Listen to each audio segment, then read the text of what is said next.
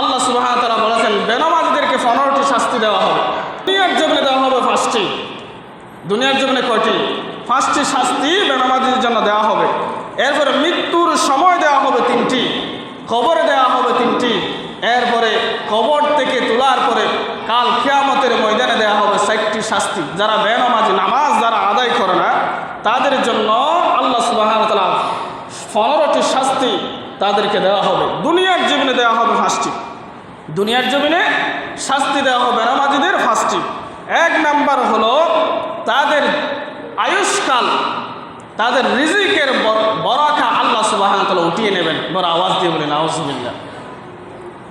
যারা নামাজ আদায় করে, নামাজ পড়ে না, তারা দিনে 10,000, 1,000, 1,500, 2,000, 3,000 টাকা ইনকাম করতে পারবে, কিন্তু তার সেই আয়ের মধ্যে বরাকা আল্লাহ সুবহানাহু ওয়া তাআলা রাখবেন না।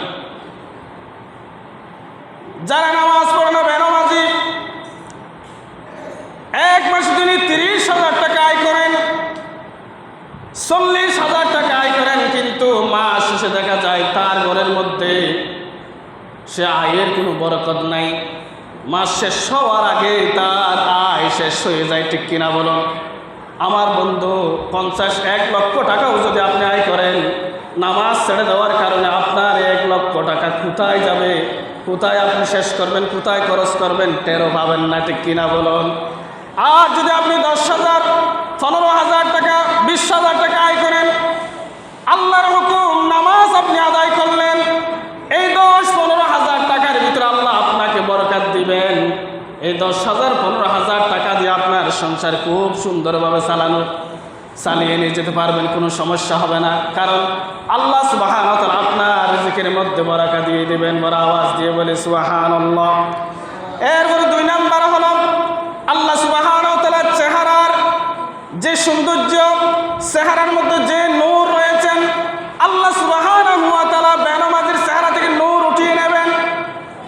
আপনি দেখবেন মানুষ যত বিশ্রী হোক না কেন, কুসুন্দর হোক না কেন, সুন্দর হোক না কেন, যে ব্যক্তি নামাজ আদায় করে তার চেহারা দেখা মাত্র আপনার মায়া মায়া লাগবে, আপনাকে মহাব্বত লাগবে। আল্লাহ সুবহানাহু ওয়া তাআলা তার চেহারার ভিতরে আল্লাহ সুবহানাহু ওয়া তাআলা নূর ঢুকিয়ে দেন। বড় আওয়াজ দিয়ে বলি সুবহানাল্লাহ। এরপরে 3 নাম্বার হলো আল্লাহ সুবহানাহু ওয়া তাআলা দুনিয়ার জীবনে আপনি যত ভালো কাজ করবেন, যত ভালো কাজ আপনি করেন না কেন, আল্লাহ সুবহানাহু ওয়া তাআলা সে ভালো কাজের প্রতিদান দেবেন, আল্লাহ ভালো কাজ কবুল করবেন না। কারণ আপনি নামাজ না পড়ার কারণে আর যত ভালো কাজ করেন, আল্লাহ সুবহানাহু ওয়া তাআলা তা কখনোই কবুল করবেন না। বড় আওয়াজ দিয়ে বলি নাউযুবিল্লাহ। এরপরে 4 নাম্বার হলো আল্লাহ সুবহানাহু ওয়া তাআলার দরবারে আপনি যতই দোয়া করেন না কেন, আপনি যতই দোয়া করেন না কেন, কেঁদে কেঁদে যদি আপনি দোয়া করেন আল্লাহর দরবারে, কিন্তু আল্লাহ আপনার দোয়া কবুল করবেন না। নামাজ না পড়ার কারণে, নামাজ ছেড়ে দেওয়ার কারণে আপনি যতই দোয়া করেন আল্লাহ সুবহানাহু ওয়া তাআলা আপনার দোয়া আল্লাহ কখনোই কবুল করবেন না। আবার আওয়াজ দিয়ে বলি নাউযুবিল্লাহ। এরপরে 5 নম্বর হলো দুনিয়ার জমিনে যত ভালো মানুষ আপনার জন্য দোয়া করুক না কেন, এই দোয়ার ভিতরে আপনার কোনো অংশ থাকবে না। আপনি নামাজ না পড়লেন, খতিব সাহেবের কাছে গিয়ে বললেন 100 টাকা, 500 টাকা, 1,000 টাকা দিয়ে বললেন হুজুর আমার জন্য একটু দোয়া করবেন। আপনি টাকা দিয়ে দোয়া চাইতে পারেন, খতিব সাহেবের দোয়ার ভিতরে আপনার দোয়ার কোনো অংশ থাকবে না। বড় আওয়াজ দিয়ে বলি নাউযুবিল্লাহ। যতই দোয়া আপনি করেন না কেন, বাইতুল মুকাররমের খতিবকে দিয়ে যদি আপনি দোয়া করান, তাও কবুল হবে না, আপনার জন্য অংশ থাকবে না সেই দোয়ার ভিতরে। এরপরে মৃত্যুর সময় আল্লাহ সুবহানাহু ওয়া তাআলা 3টি শাস্তি দেবেন যারা বেনামাজি তাদেরকে। 1 নাম্বার হলো যারা বেনামাজি তারা মৃত্যুর সময় অপমানজনক তাদের মৃত্যু হবে, লাঞ্ছনাজনক তাদের মৃত্যু হবে, অপমানিত হয়ে তারা দুনিয়ার জমিন থেকে মৃত্যুবরণ করবেন। অপমানজনক মৃত্যু হবে, লাঞ্ছনা দুর্দশাগ্রস্ত মৃত্যু হবে যারা বেনামাজি তাদের। 2 নাম্বার হলো তারা ক্ষুধার্ত অবস্থায় মৃত্যুবরণ করবেন, ক্ষুধার্ত অবস্থায় না খেয়ে মারা যাবে। আমার মুরব্বীরা ভাইরা, যারা বেনামাজি নামাজ পড়ে না, মৃত্যুকালীন সময় দেখবেন অনেক দিন পর্যন্ত না খেয়ে দেখেছেন, তার কণ্ঠনালীর ভিতরে খাবার ঢুকে না, তার কণ্ঠনালী দিয়ে সে খাবার খেতে পারে না। আর এদিকে অভাব অভাব অভাব, তার রিজিকের মধ্যে বরকত নাই। আল্লাহ সুবহানাহু ওয়া তাআলা রিজিকের বরকত উঠিয়ে নেবেন এবং মৃত্যুর আগে তাকে না খেয়ে দুনিয়ার জমিন থেকে বিদায় করে দেবেন। বড় আওয়াজ দিয়ে বলি নাউজুবিল্লাহ। নামাজ না পড়ার কারণ মৃত্যুর সময় না খেয়ে মারা যাবেন।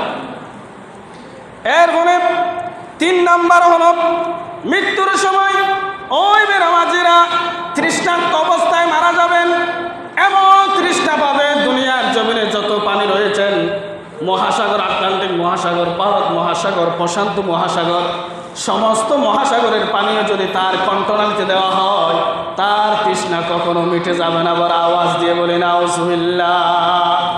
যখন মানুষ যখন মুমূর্ষ অবস্থায় হয়ে যায়, বড় ছেলে তার আত্মীয় স্বজন চতুর্দিকে ঘেরাও করে পানি নিয়ে একটু শরবত খাওয়ার জন্য তারা একটু একটু পানি দিয়ে তাকে একটু একটু কেন সে মনে মনে চিন্তা করে সে আটলান্টিক মহাসাগর, আমাদের যে প্রশান্ত ভারত মহাসাগর রয়েছেন, সমস্ত পানিও যদি আমার কণ্ঠনালীতে দাও, আজ আমার তৃষ্ণা মিটবে না। বড় আওয়াজ দিয়ে বলি নাউজুবিল্লাহ। যতই আপনি শরবত খাওয়ানোর চেষ্টা করেন না কেন, যদি নামাজই না হয়, সমুদ্রের সমস্ত পানি যদি তার কণ্ঠনালীতে দেওয়া হয়, সমুদ্রের প্রশান্ত মহাসাগর, আটলান্টিক মহাসাগর, ভারত মহাসাগরের, পৃথিবীর সমস্ত সাগরের পানিও যদি ওই দিন তার কণ্ঠনালীতে দেওয়া হয়, তার মুখে দেওয়া হয়, সে সমস্ত পানি খেয়েও তার তৃষ্ণা মিটাবে না। বড় আওয়াজ দিয়ে বলি নাউজুবিল্লাহ। এরপরে কবরের ভিতরে আল্লাহ সুবহানাহু ওয়া তাআলা 3টি আযাব দেবেন। কবরের ভিতরে আল্লাহ সুবহানাহু ওয়া তাআলা 3টি আযাব দেবেন। 1 নম্বর আযাব হলো কবরে তো সংকীর্ণ হয়ে যাবে। সংকীর্ণ হতে হতে হতে হতে কবরে এমন চাপ দিবে, এক পাশের হাত আরেক পাশে ঢুকে যাবে। বড় আওয়াজ দিয়ে বলি নাউজুবিল্লাহ।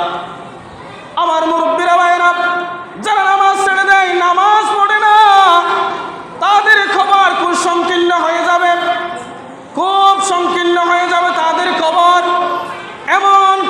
কবর এমনভাবে চাপ দিবেন, ডান পাশের হাত বাম পাশে ঢুকে যাবে, বাম পাশের হাত ডান পাশে ঢুকে যাবে। আল্লাহ সুবহানাহু ওয়া তাআলা কবরকে এমনভাবে সংকীর্ণ করে দেবেন। আর 2 নম্বর হলো বেনামাজির কবরের মধ্যে দাও দাও করে আগুন জ্বলতে থাকবে। জাহান্নামের আগুন কবরের ভিতরে জ্বলতে থাকবে।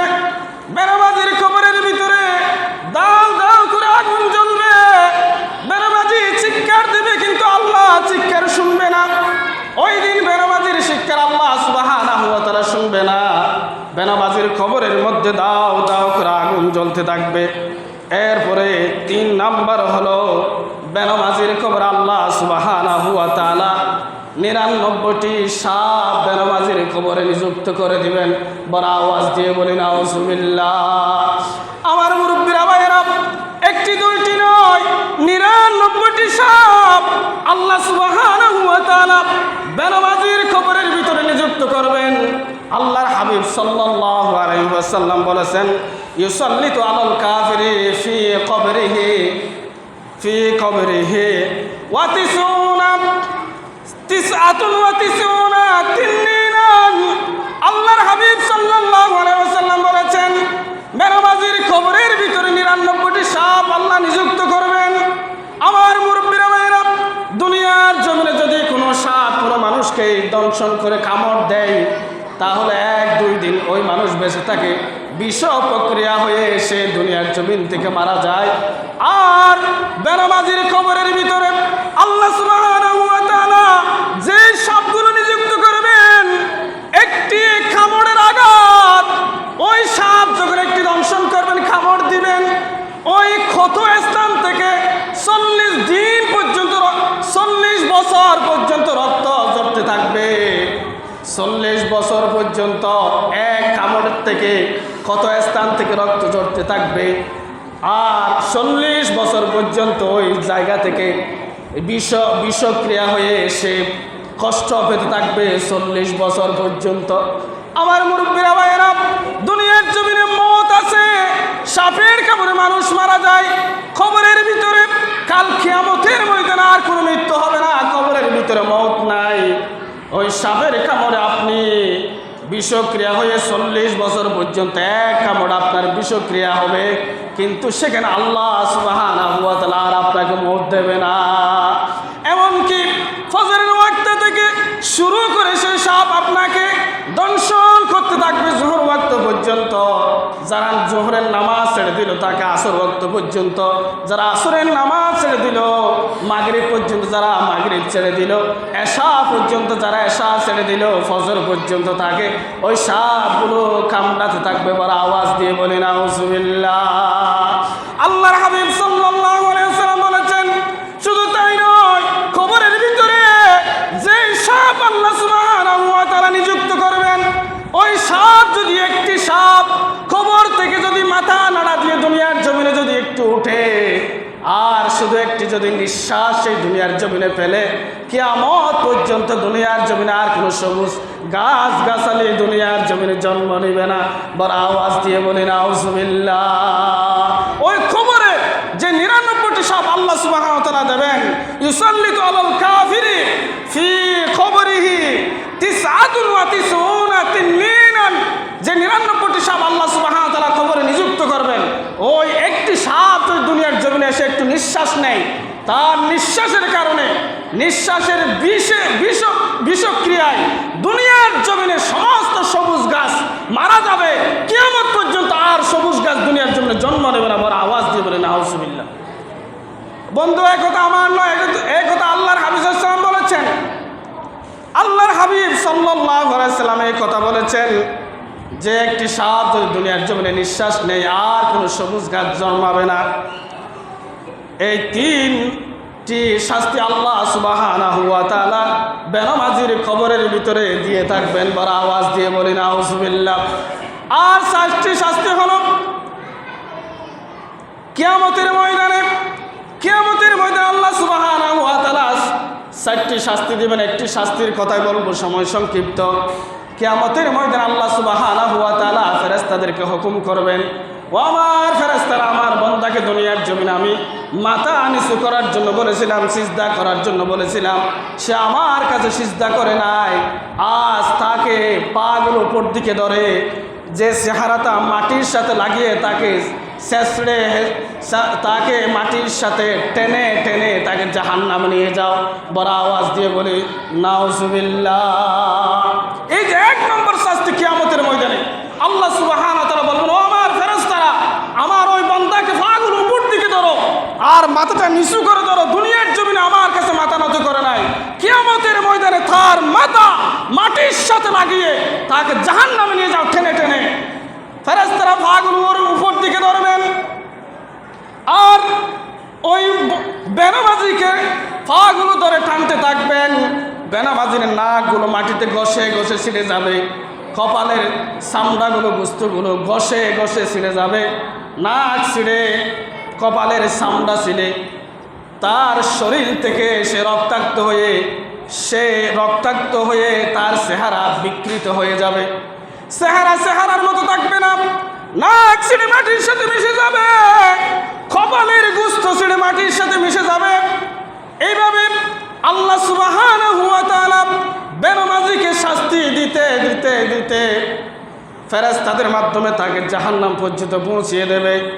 এইভাবে আল্লাহ সুবহানাহু ওয়া তাআলা কাল কিয়ামতের ময়দানে বেনামাজিদেরকে শাস্তি দেবেন। আর আল্লাহ সুবহানাহু ওয়া তাআলা বেনামাজির উপর এমন রাগান্বিত হবেন, আল্লাহ সুবহানাহু ওয়া তাআলা এমন রাগ আর কোনোদিন কাউকে দেখায় না। এমন রাগান্বিত হবেন আল্লাহ সুবহানাহু ওয়া তাআলা বেনামাজিদের উপর, আর তার শাস্তি এমন কঠিনভাবে তার হিসাব গ্রহণ করবেন আল্লাহ সুবহানাহু ওয়া তাআলা। আর কারো হিসাবে তো কঠিনভাবে করবেন না, বেনামাজির হিসাব আল্লাহ সুবহানাহু ওয়া তাআলা যেভাবে কঠিন করে করবেন আর কারো শাস্তি এভাবে কঠিন করে করবেন না। এরপরে 4 নম্বর আল্লাহ সুবহানাহু ওয়া তাআলা তাকে জাহান্নামে নিক্ষেপ করবেন। বড় আওয়াজ দিয়ে বলেন নাউজুবিল্লাহ, বড় আওয়াজ দিয়ে বলেন নাউজুবিল্লাহ।